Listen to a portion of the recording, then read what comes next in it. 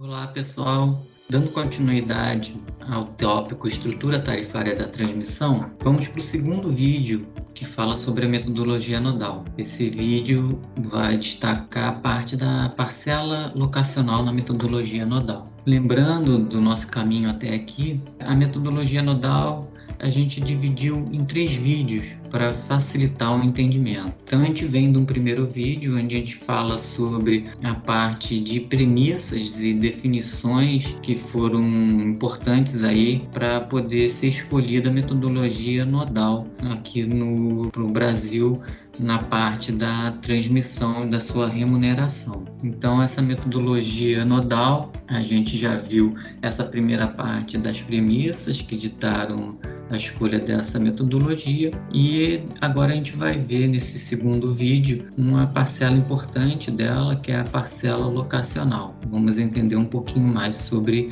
essa parcela e a gente finaliza no terceiro vídeo com a parcela de selo, o ajuste dessa metodologia nodal. Voltando aqui para aquela expressão, destacando a parte da parcela locacional naquela equação, da tarifação da transmissão usando a metodologia nodal, e essa parcela que a gente destaca é a parcela locacional. Ela é bem aderente com aquela premissa onde você deseja quem onere mais o sistema tem uma tarifa maior do que quem onere menos o sistema. Essa parcela é a que vai conseguir dar essa sensibilidade. Então, ela é composta de alguns fatores, O que a gente vai fazer agora é tentar exemplificar esses fatores e o que eles representam para o cálculo. A gente não quer explorar a questão matemática. Essa parte a gente resolveu até separar para um vídeo específico, porque ela é uma parte realmente mais densa,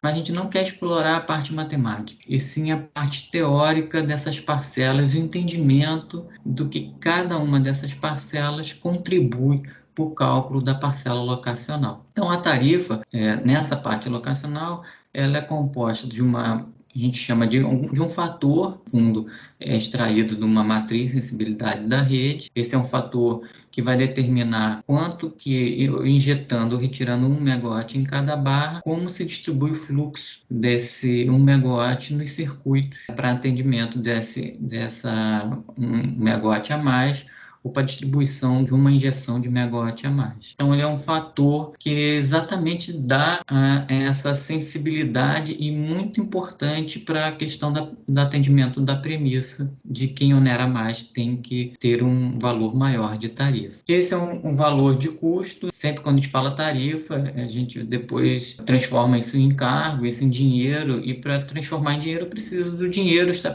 presente na conta. Então, esse custo do equipamento ele é essencial para você dar esse peso do dinheiro na continha que você está fazendo. E depois o fator de ponderação, que é um fator que existe na metodologia nodal aqui no Brasil. A aplicação dessa metodologia nodal em outros países, ou em outros modelos matemáticos, não tem essa parcela de fator de ponderação. Ela é uma parcela presente aqui na nossa modelagem no Brasil. Como falei, a gente não vai explorar excessivamente a parte matemática, mas é preciso alguns números para a gente entender e a gente chegar no nosso compromisso de fazer com que os fatores ali sejam entendidos e a sua importância para o cálculo. Aqui a gente repete, então, a expressão e a gente tem um circuito bem simples para fazer esse entendimento, Eu tenho um gerador, uma carga, um sistema aqui de transmissão com 2 circuitos para o atendimento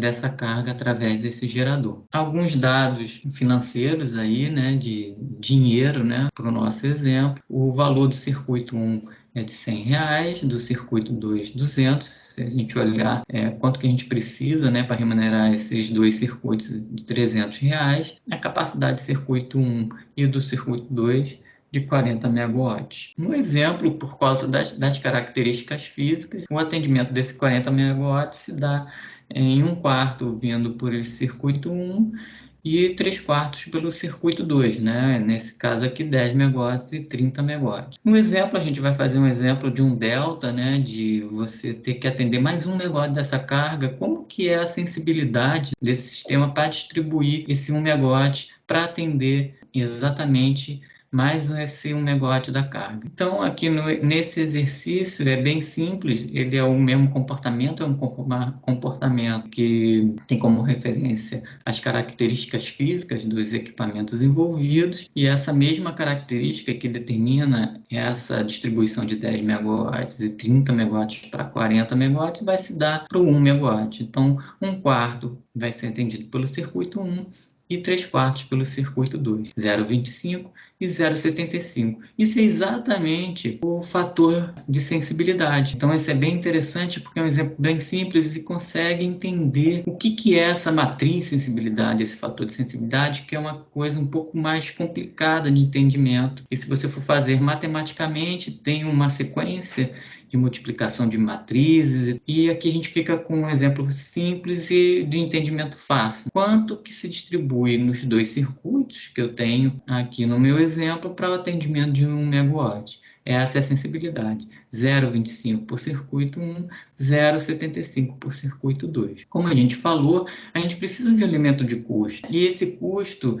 como eu estou fazendo sempre por um delta de 1 megawatt, eu tenho que saber quanto que custa, né, cada megawatt para cada circuito. E isso depende o quê? Da capacidade. Então, a gente pega o dinheiro do circuito 1 pela capacidade e o dinheiro do circuito 2 pela capacidade. Isso é um custo de passar 1 megawatt no circuito 1 e o custo de passar 1 megawatt no circuito 2. Então, a gente já tem esses dois componentes aqui para o nosso fator aí de parcela locacional, né, na nossa modelagem do modelo nodal. O outro fator, que é o fator de ponderação, é nada mais do que o carregamento daquele circuito. E o que é carregamento? É quanto está passando por quanto eu tenho de capacidade. A gente faz essa continha, então, por cada circuito, primeiro está passando 10 megawatts em 40, 0,25, e no segundo 30 megawatts em 40, 0,75 da capacidade. Então, com essa mais esse fator, eu tenho a composição da parcela locacional dessa metodologia nodal. Então, tenho a matriz, sensibilidade e seus fatores, tenho a matriz do custo dos elementos e os seus custos unitários, e o fator de ponderação, que é o carregamento da linha, né, dos circuitos envolvidos aí no sistema. Fazendo essa conta, porque sempre é um somatório, a gente tem essas componentes aqui, né, para a barra que a gente está calculando a tarifa, barra B, e a gente chega a um valor de R$ 2,969 por megawatt. Transformando isso em cargo, para a gente ter uma exemplificação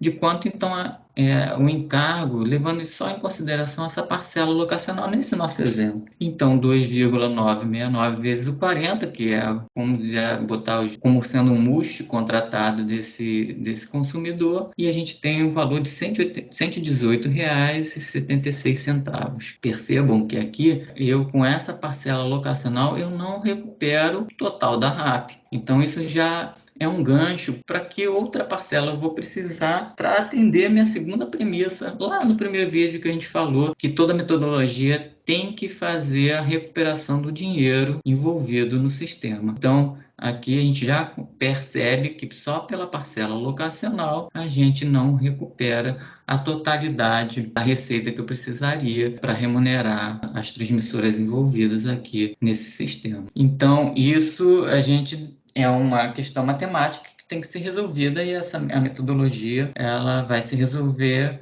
através de uma parcela aditiva, selo, que a gente vai ver no próximo vídeo. Agora, podem perguntar, né, mas nunca, né, eu vou recuperar? Em um único cenário possível, essa recuperação através da parcela locacional é integral, quer dizer, eu consigo recuperar toda a receita. É quando eu estou com 100% do carregamento desses elementos, desses circuitos. Se estivesse passando 40 e 40 aqui, esse 1 megawatt a mais, nessa continha, vocês fazendo aí, substituindo aí nessa expressão e nesses cálculos, essa situação você perceberá que vai realmente recuperar toda a sua receita, mas só nessa circunstância. A gente não não verifica isso no nosso sistema, no Sistema Interligado Nacional. Essa foi para exemplificar, entender essas parcelas e as suas funções aí no cálculo da parcela locacional e o que a gente tem de resultado com essa parcela locacional, tão importante na nossa metodologia. Então, o nosso próximo vídeo, como eu falei, vai ser o ajuste, né, dessa parcela locacional para o atendimento da segunda premissa da metodologia nodal, e a gente se vê em breve no próximo vídeo.